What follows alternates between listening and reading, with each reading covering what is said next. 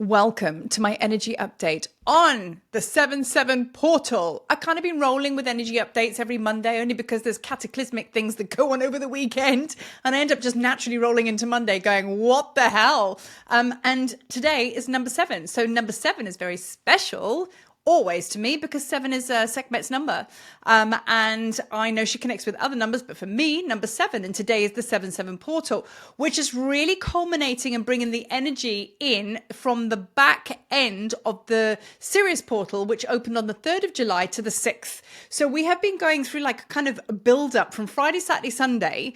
We've really been feeling the energy building to let go of some major, deep, foundational stuff, which is literally the last thing in the way, you know what I mean? And it's really big. So that's what this energy update is all about. I'm going to kind of break it down, what happened, Gospel of Marie from my side, and there may be some relation there as, you know, with what's going on with you guys, you know? So now the Sirius Gateway, okay, we opened on the 3rd of July, ends on the 6th, which was yesterday. So it makes sense that we're in the 7/7 portal, which is kind of like the final blowout of all of the things that kind of like came to the surface, ready to move out the way so you can like step into Juicy July, because Juicy July is all about oneness. It's all about union. It's all about twin flame union. You know, you're now finally uniting with your beloved, right?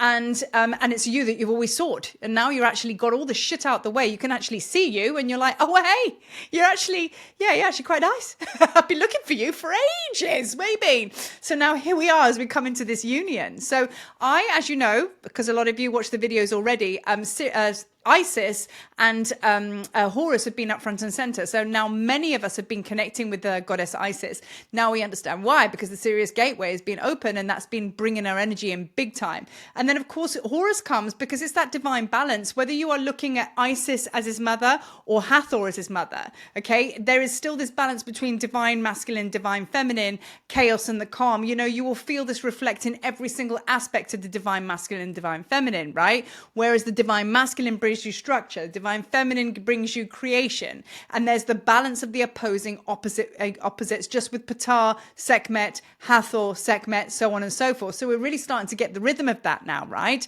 So now what's happened over the weekend is I recorded a video for Horus, because that was very strong, that the divine masculine energy is now stepping in. Now Horus is the absolute depiction, an example of what it is to be completely whole after completing initiation after initiation and initiation, going through as much as he did to be able to come into the oneness and the wholeness of who his father was, but even more so in physical form, you know, against all chaos, because he was fighting his uncle Set. So this is another example of Horus now and Set. Horus is the divine, you know, kind of like the peace, if you like, and the calm, and Set is the chaos. So once again, we are given an example of how the two can actually, you know, bounce off each other, but it creates traction and movement, because we can't move or evolve unless we have the chaos. So there is an understanding and acceptance of that energy now, which is basically your shadow. So we understand that we've got to have shadow with our light, because otherwise the wheel doesn't turn. So there's an acceptance of the two being in unison together. However, we don't let your darkness or your shadow or the chaos overrun everything. That is the mastery of the human experience that we're here to kind of like, you know, master, basically, to make sure that everything just stays like that. So this is, and we're always going to fall off the wheel, you know, fall off the wagon a little bit, or even the wheel, you know, and that's okay, because that's where acceptance and self-love comes in. Thank you, Hathor. So we are indeed Juicy July time, 100%. And we are still plucking our fruits off the low-hanging branches of our tree. And it's very luscious and just exciting. However, there has been a huge clearing, almost like a big helping hand from spirit to push us through further down the line, you know, and I just got a vision, you know, when you're teaching a kid how to swim and you really want to get them going, and you put your hand under their bum and you're like, off you go, and you propel them in the water and they paddle like mad and they hit that wave on the beach and, oh, they have a great time. You know what I mean? And it's kind of like, that's what spirit has done for us. They've put their hand on our arse, kinda, and gone, there you go. Get to the finish line to be able to start again, right? So that's kind of what's going down. So I recorded this video with Isis and Horus. First of all, it was the Horus video, activated me massively, and then was very clear that I had to do the Isis video straight after it. So that's kind of unusual, because you usually give a break in between, but she was like, no, I'm coming in. So I had a huge experience with Isis over the Isis Gateway Sirius portal, right? And it was all about letting go of the struggle paradigm. Okay, it was all about living in fear under that challenge and still pushing through anyway. And I connect with Isis as the goddess of perseverance. I actually spoke a lot about it in the video. And these gods and goddesses will connect with you through a certain vibration that they hold, that they can help you with, until you complete it. And then once you do that, then you let go of that connection, because they're the goddess of 10,000 names. So you're now moving on to the next name to see how that connects with you here. So what I did is I let go of the goddess of perseverance, which is the struggle paradigm of being in physical human form, as she struggled with as well. So she's guided me up to this point. And then she said to me, my darling, it's time to let this go now. Would you like to know each other in a different way? And I was like, hell yeah. So that was on Saturday, right? And then on Saturday, as a result of me letting go of that, there was a gift that came up into my space. And my next point here is, where have you been silenced? It was such a simple thing, but I was like, well, blow me down. It was like Isis released me from the agreement of like, let's be in perseverance and push on through this human experience. We released each other from that, or she released me, and then I stepped onto something better. But there had to be one final initiation so I can understand it, right? And understand where in my life it's been so hard for me. But I speak for myself and I speak for all of us, because us speaking up, being seen, standing in our truth and power, harnessing our Sekhmet flame. So if somebody comes at you and projects, right, their stuff on you, which is basically all day, every day, it's just life. We kind of like feel that our voice has been silenced. So we feel that we can't speak. So that's a reason why all of the Sekhmet fires come up, because there's an injustice and you just can't speak it out. And when you do, because you've been repressing it, it comes out like, wah, fire. And I know I've been having big conversations with my daughter about that. Funnily enough, she was going through similar things where she was actually at work, a lot older people she's working with, and she could see that she was being bullied, but she didn't have the voice to say, hey, don't do that, because she's younger than them. And she didn't feel that she had the power. She felt disempowered to speak up. So of course, all this emotion and fire was building inside of her, and she couldn't speak. So what happened with that was there was a full pendulum swing, because that was on the Saturday where she was just fire tears. And then what happened is, when she got right with her emotions, her workmates came in and said, other males said, I'm really, really sorry. I've seen that you've been spoken to so badly. And I see that because that person's also speaking to me badly as well. So there was like a recognition of, where she was. There was a support from the tribe coming up to back her up, that she wasn't on her own. And, and she felt less fearful. So she went through this feeling completely persecuted, can't speak, to all of a sudden processing the emotions. And then as she did so, she actually got her support of her other colleagues as well, saying, don't worry, we see it. We see you. Recognition. You know what I mean? Validation. So what happened with me, and I've spoken to so many people that have been through something similar this weekend. So I'm going to put it out there. Everything for me is an open book, and I like to share, especially when I go through profound shifts, right? So let's face it, if you're on social media, you're going to get trolls, right? So my usual way is actually just to allow them to come in. I look at it and the energy's not very nice, especially if they're being very sort of aggressive and not pleasant. And I just quietly remove them, because I don't like that. I don't like confrontation. I don't like bullies. They make me go super small. And that's what this is all about, this bullying energy, right? So I had a comment on YouTube this weekend, and most of the time I just quietly go about my business and slowly remove the comment, because I hold space in everything I do, even here. And I like to keep everything high vibrational. Don't want any negativity coming in. That's my role as a space holder. So I quietly just push it to one side. It's not pleasant to read. It's not pleasant to receive. But this time I sat there and I was like, not today. And Marie found her voice. And I sat there and I responded. And I responded in a very, very nice way, but I put my point across. I didn't let the fire and the flames burn out of control. I didn't get into a fight. I didn't get personal. I didn't get angry. I just thought to myself, this isn't very nice and it doesn't fit here. And I found the freedom and the power to speak. So I basically said, I'm going to liken it to this. Am I going to open up my front door and allow people that I don't even know to come into my space with their dirty boots on and jump on my sofa and be like, yeah, winner? No, of course not. I'm going to say, do you know what? Please leave. Don't do that. There's another house down the road. You can do that, right? Well, this is kind of what happened when this person entered my space on the weekend on YouTube. So no different to actually saying, hey, you can come in, but you can take your boots off at the door. Is that all right? And then they say, yeah, okay, cool. Come and join the tribe. Happy days. That's the way I handled it. And I handled it in a way which was all kumbaya, lovely. And I truly meant it. And whoever that person was, because you may be watching now, I really thank you for that, because you actually helped me, because you're part of my movie. And I obviously, created this experience so I could put this into practice. And that's the way you got to look at these things. When somebody comes at you and you're being persecuted or it's quite intense, they're your biggest messenger. And the best thing you can do is take that on board instead of fighting fire with fire. It's difficult to do, I know that. But I kind of went into my calm space and truthfully said, yeah, those dirty boots can't come in here. But if you take them off, you're more than welcome. You can come and join us. You know what I mean? And that's what I said. And that was nothing wrong with that. I woke up the next day feeling like I just figured out the secrets of the universe. I was like, do you know what got me the most though? And I have to share with you, because this is something we've been conditioned with our parents. Children are seen and not heard, right? That's how I was brought up. Also goes back to lifetimes persecution. Don't speak up. Don't pop your head up against, the tribe, because that's tribal consciousness. Keep your head low. Do the same as everybody else. Be undetected. How many lifetimes have we had to just suck it up and zip it, right? Because if we didn't, we die, and we couldn't be the outspoken ones. Now, I've had many times in my life where I've actually had people around me and everybody is upset about something. They're like, go on, Marie, you can be our speaker. So I've kind of turned around and spoken for the group, and I've turned around and gone, yeah? No one's there. Oh, no, we don't agree with her. She's on her own. What? So that was big trauma. Now that really, really screams the witchy wound. It screams all sorts of things where you think you've got your pride behind you and there's no one there, completely thrown under the bus. So that played out in this life. God knows how many times we've experienced that in past life, right? So to give ourselves some love and compassion, thank you, Hathor, for our experiences that have brought us up to this date. However, this weekend was a line in the sand. We are no longer moving like that anymore. We have to find our voice, and we don't have to feel so, restricted and gagged, that when they do take the gag off, which, and get in people's faces and rip people's, rip people's faces, pull out the jugular.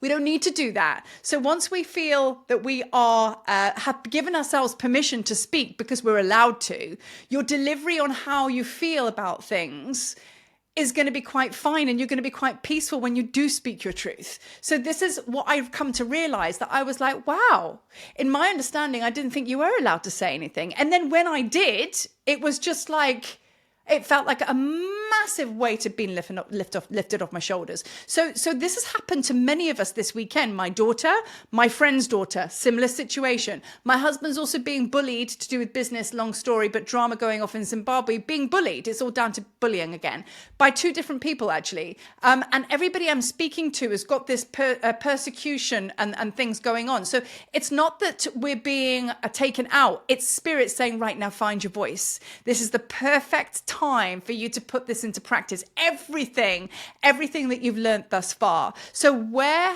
have you been silenced? Now, that's not just about the spoken word. It's also about, where have you been silenced? No, don't create. No. Don't shine your light. Don't be better than that person. Oh, Janice will be so upset if you've done a better thing than her. Do you know what I mean? It's like all of this stuff. So it's like the competition, the projection, the bullying, and all of these things have really come up to the forefront. And that also falls into the banner of sexual abuse, which either way you fall with it. Sekhmet has made it very, very clear that she's clearing all the pestilence and she's bringing it all back into alignment, because everything that is unjust and untrue is now going to be dealt with. And that's what literally is happening. People's behaviors are being highlighted. Why? Because us that are receiving it in a negative way are having the confidence to stand up and say, thank you, but no thank you. And that's the lesson. That was the test, and we passed that initiation. So now moving on. So you're going to expect to see a massive surge of energy that is going to propel us into even deeper union now, as we pass